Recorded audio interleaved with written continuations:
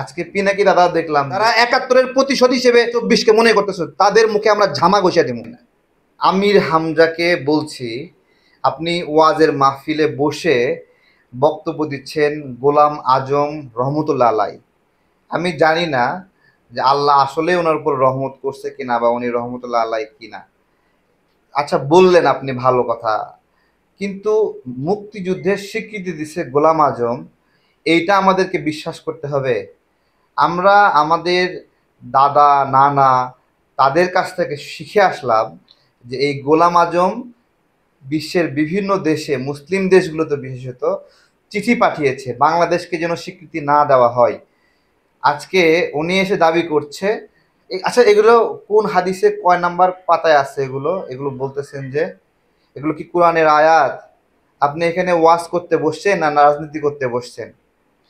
কি করতে বসছেন বলেন?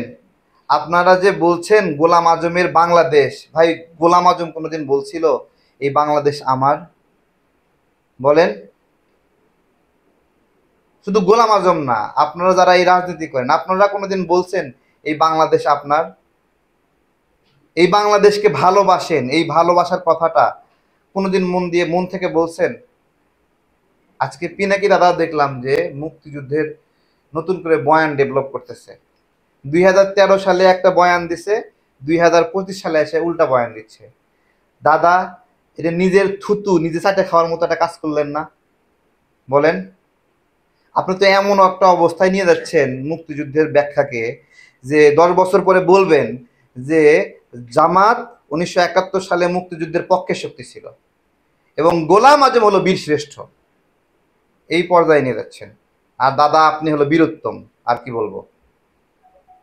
মুক্তিযুদ্ধকে যে যার মতো করে বলের মতো শটাচ্ছে শটাচ্ছে, হ্যাঁ, মজা নিচ্ছে মুক্তিযুদ্ধ নিয়ে ফাজলামি করতেছে, অভদ্রতা করতেছে। তো এগুলো কেন করতেছেন আপনারা? এই দেশ স্বাধীন না হলে আপনারা কই থাকতেন, কিভাবে থাকতেন? এই স্বাধীন বাংলাদেশ যারা রাজনীতি করবে তারা আমাদের স্বাধীনতাকে স্বীকার করবে না। আমরা চুপ করে আছি, এই সুযোগে সারাক্ষণ খোঁচা মারে মুক্তিযুদ্ধের আকারে ইঙ্গিতে মুক্তিযুদ্ধের বিরুদ্ধে কথা বলে, বেজ্জতিমূলক কথা বলে। কেন ভাই? তোমাদের চুলকাইছে?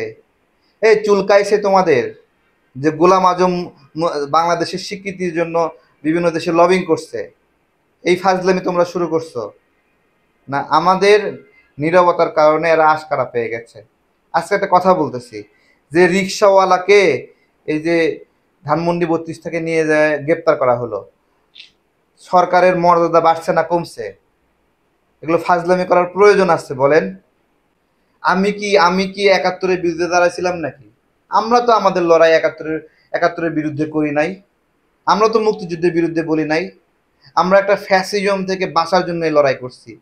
আমরা ৭১-এর প্রতিশোধ নেওয়ার জন্য আসিনি।